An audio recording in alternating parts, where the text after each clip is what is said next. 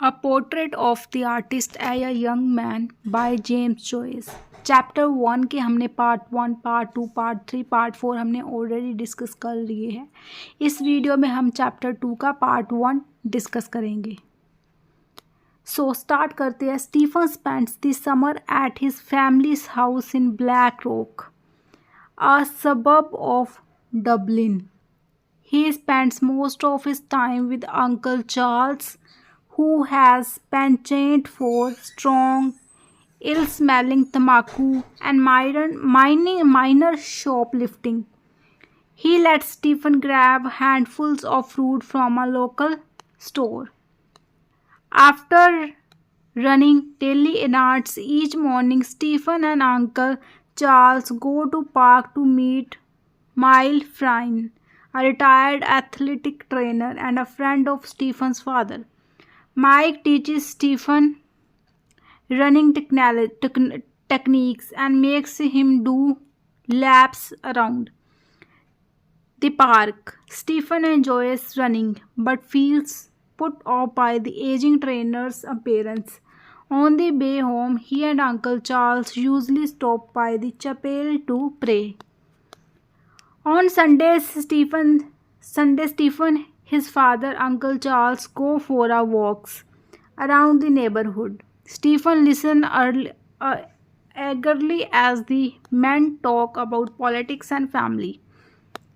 Looks around to a time when he can truly take part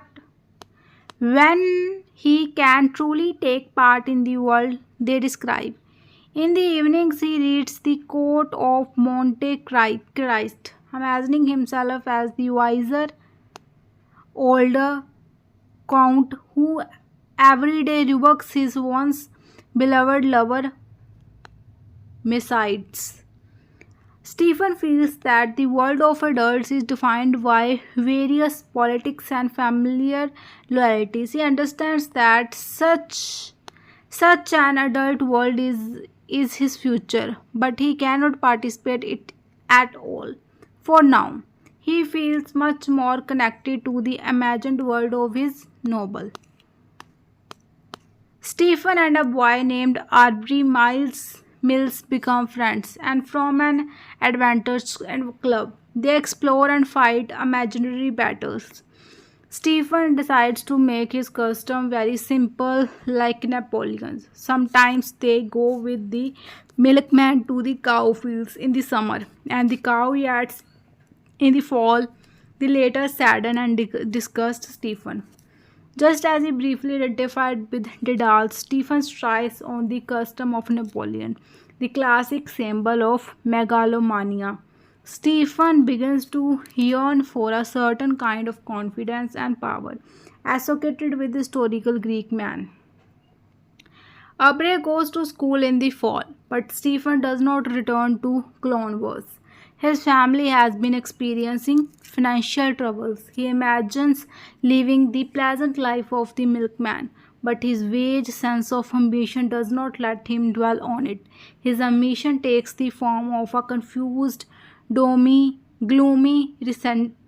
restlessness. He wanders around his neighborhood, feeling accurately that he is separated in some way from everyone else, and dreams of finding in the world something that resembles his soul. Stephen spends more time thinking, observing, and constructing ideas about the world. In a way, he builds his own separate imaginary world from his observation and emotions. The imaginary world is partially wishful thinking. It is a more intense, more exalted, more orderly version of reality. The gap between imagination and the more disappointing reality pains Stephen.